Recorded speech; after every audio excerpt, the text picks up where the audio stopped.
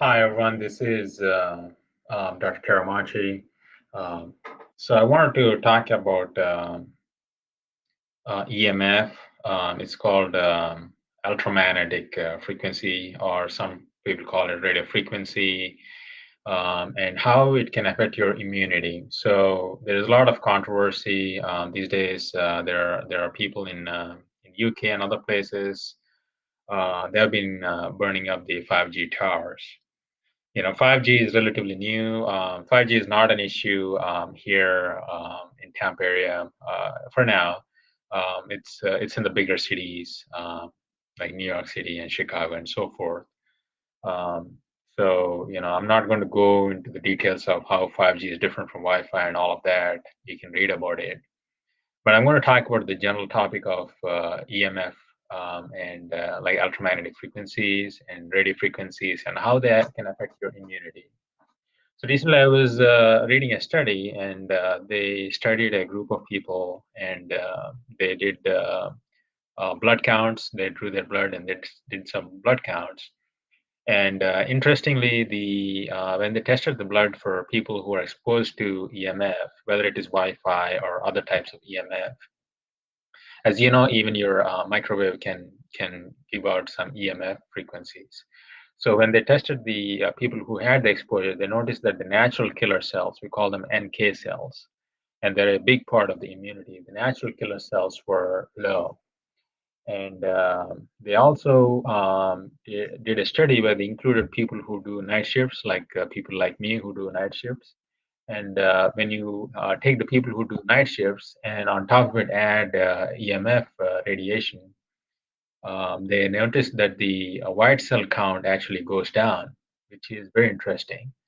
So we use that as one of the criteria to figure out if somebody has COVID-19 or not. We check their blood counts, and if you notice their white cell count is low, some of the doctors strongly believe that they may have COVID-19. So why would your white cell count go down if you're doing both night shift and on top of that you have exposure to EMF? Like for example, we're all exposed to EMF. Like I personally carry a pager. I also sometimes carry one or two iPhones with me. Um, One of them is my personal device.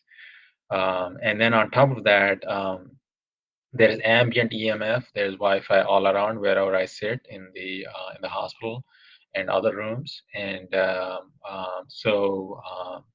and that doesn't count like if I'm sitting by a CAT scan or MRI machine.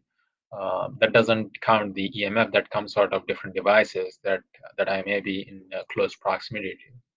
So there's a lot of EMF exposure in my personal situation. So on top of that, yeah, night shift, when the body's circadian rhythm is not in tune, the body is trying to adapt to something it's not used to. Like this particular room is well lit, there's a lot of light. Most of the times they dim the lights in the hallways and so forth at night times. The body is really confused. What it's looking for is the body is biologically awake, but what it's looking for is bright light, like actual sunlight. It doesn't get that at nighttime, so it throws off the body's immune system. So because of all of these exposure, there's documented evidence that it can knock down your immunity. And as we have talked before, if you're really concerned about COVID-19 and possible second surge that they're talking about in the news, then you should really work on enhancing your immunity and reducing the EMF exposure. Some of the things that I do at home is, if I'm home and I'm going to bed, I would try to turn off the router, the Wi-Fi router, so that there is no Wi-Fi when I'm sleeping. You can also put your cell phone in airplane mode so it's not constantly pinging the tower. When the cell phone is on, whether it gets the signal or not, it constantly communicates with the cell phone tower that is the closest to it. So it is emitting EMF. So I would recommend that to turn off the Wi-Fi router and also put the phone on airplane mode. If you have other devices, you can either shut them down or turn off the Wi-Fi in each individual device. Obviously, you should not have a TV in the bedroom. Most people have TVs in their bedroom. These days, people buy these big flat screen TVs that have they're essentially smart devices. They also may be connected to the Wi-Fi. Um, they may be communicating with other devices nearby, either through Bluetooth or Wi-Fi. So they can also have their own magnetic and electrical fields that can interrupt your sleep. So ideally, you should not have a TV in your bedroom. But if you have a TV, uh, try to turn it off completely instead of putting it in standby mode or other modes. So that's what I would recommend. On top of that, as I mentioned before, try to enhance your immunity in every way possible by looking at nutrition, vitamins, and getting sunlight, exercise, and all the things that are included in a good lifestyle. I would look at